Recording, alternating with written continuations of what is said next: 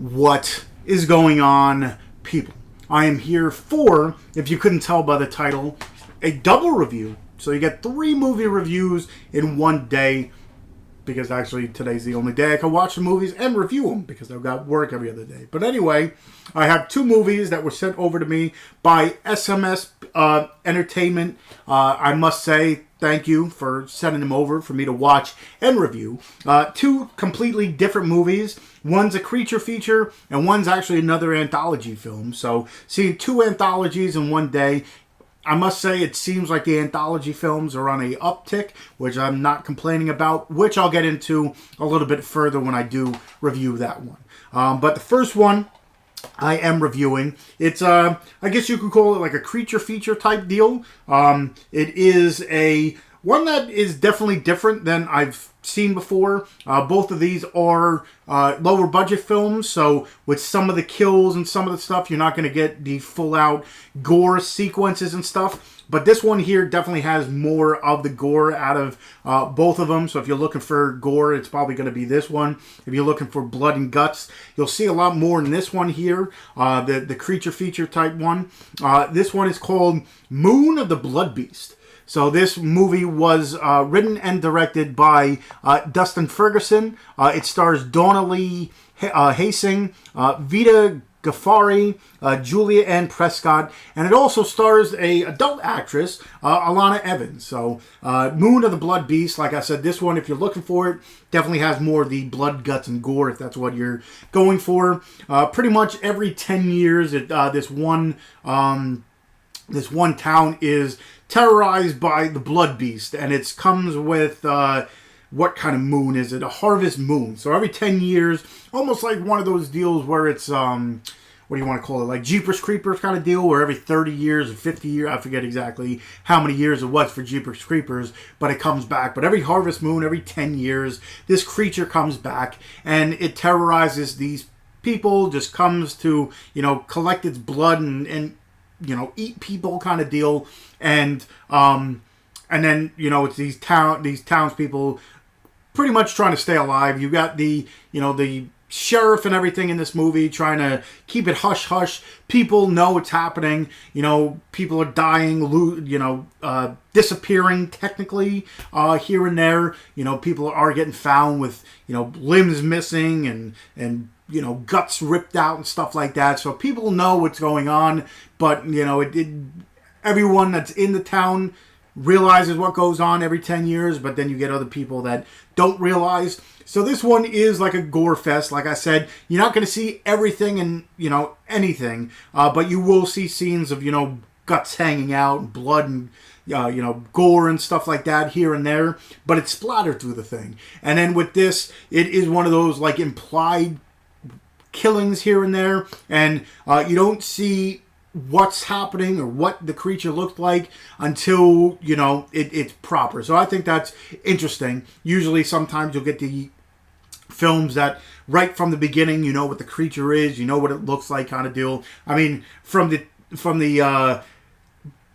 DVD here, you see what it looks like too. So I mean, when I turned it around, I'm like, okay, that's what the killer looks like. But if you're watching a movie, it takes a while for you to actually see what the killer looks like. So I think that's pretty cool. Sometimes certain movies throw it out too early, and it just I don't know. Sometimes I like to wait to see what it is, but draws a little bit more of a suspense to it, I guess you want to call it. But like I said, I'm not going to turn it around because then you'll know exactly what it looks like.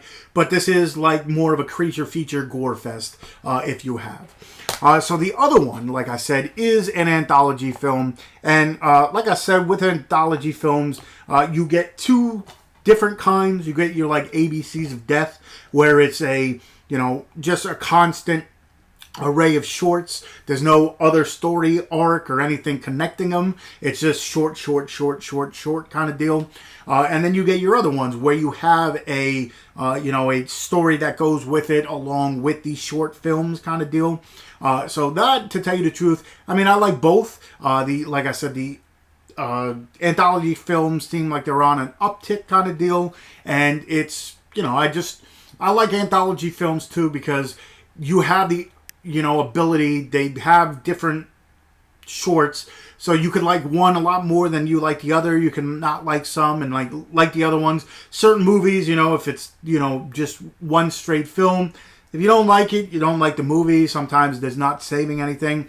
But in anthology films, you might not like one, but then you like the next couple, and it kind of saves the film for you. So I think that's why I like anthology films and the way that they're, getting portrayed and stuff.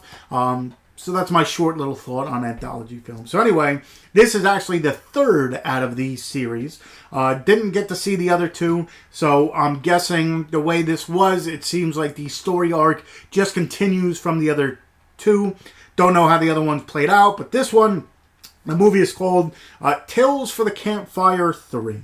So this is the third installment of it, and it is directed by Dustin Ferguson. It stars Mel Novak, Noel, Jason Scott, Ken May, and it also stars Cool Duder himself, Sean C. Phillips. And like I said, Tales from the Campfire 3. Pretty much it's a group of, I'm guessing they're, young adults, maybe mid-20s kind of deal, coming together for a campfire, and they're pretty much going to tell scary stories. And the way they, they hype up all their stories and stuff, I got the scariest one kind of deal. It's pretty cool. So pretty much they all meet around the campfire. And they all tell, there's 5 people, and they all tell, their own little tales. One's called The Wee One, one's called Coal Canyon Creeps, one's called The Prisoner, one's called Bitter Half, and the last one is called The Gateway. So with these, I try to explain pretty much, as lowly or as least as possible about the shorts, because most of them run 5 to 10 minutes, if that. So the more you say, the more you give away kind of deal. But I'll speak a little bit on each one. The Wee One is like a killer doll, pretty much. Coal Canyon Creeps is a young woman who leaves a concert. Let's just say she shouldn't have left alone. The Prisoner, a woman who suffers from, I think they said it's agoraphobia or something like that. Pretty much she's afraid to go outside or anything. Don't know the exact terminology for agoraphobia, but it's one of those deals where she pretty much stays inside all the time. It is Halloween, so it's kind of tougher. And let's just say, who knows if it's in her mind or what's going on, but is she safe in her own house?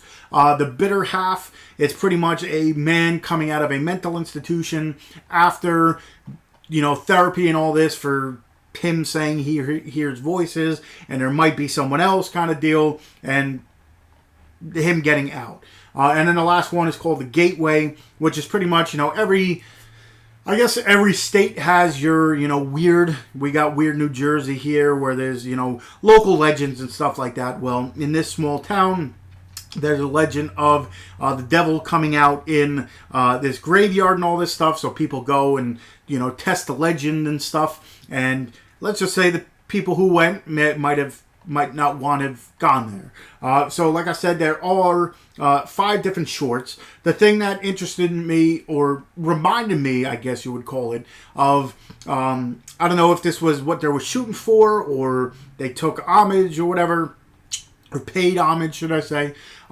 It reminded me of, especially with the music, with the, like the, what do you want to call it, the way they announced their stories kind of deal. It had like a Are You Afraid of the Dark type feel. Not the stories themselves, because, Are You Afraid of the Dark was more kiddish. But it was one of those things where the way they said the stories, the way that it entered into it, and the music. I remember, certain music for Are You Afraid of the Dark, it had that music vibe to it, I guess you want to call it. So with that, it reminded me of that. I don't know if that's what they were shooting for, but that's what it kind of reminded me of. But the other thing with it is, with anthology films, sometimes they all kind of overlap and whatever. None of these really, were like each other, so you get different stories. And the other thing I was saying is, they are lower budget, so some of the kills and stuff in this are more implied than anything. You're not going to see everything. You're not going to see as much gore as you would in this one here. But this one, like I said, I enjoyed the stories, and it was one of those, the more anthologies I see, the more I like. So, yeah, these 2 movies, I'll check to see if they are out to the public now, and I'll leave the link to them. I'll leave the link for any trailers that they might have, and I'll leave the link for, SCS Entertainment as well. So just check the description for everything that I talk about, whether it's the trailers, whether it's the descriptions for these movies, and anything along those lines. So definitely check that out. Support indie horror for sure. Like I said, I did another review right before this, so check that out as well if you're interested in that. And yeah, hopefully you enjoy my reviews. You know, some people might, some people might not. Some people might, you know, try to find these movies that I review. Like I said, some of them are, you know, coming out in a couple weeks. I believe both of these should already be out. Again, I'll figure everything out and then put it in the description so you don't have to, you know, worry looking. I'll do all the looking for you. But yeah, hopefully you enjoyed this. Hopefully you enjoyed the other review as well. If you haven't already, hit that subscribe button. If you enjoyed these reviews, definitely hit that thumbs up. If you want to know when I do upload more stuff, whether it be reviews, whether it be, you know, unboxings or anything like that, definitely hit that bell button so you'll be one of the first or the first, or who knows. Some people like putting, you know, first comment kind of deal. You might be the first to get notified for it. And, yeah, check the description for everything I talk about. Plus, I forgot to mention, I'll leave all my other social media links, whether it's my Facebook fan page, I got a Twitter, which I hardly ever use, a Instagram where I show off the movies behind me. I'm part of the Dorkening. Check us out every Tuesday night. Yeah, again, hopefully you enjoyed yourself. And I guess until next time, I'll see you guys.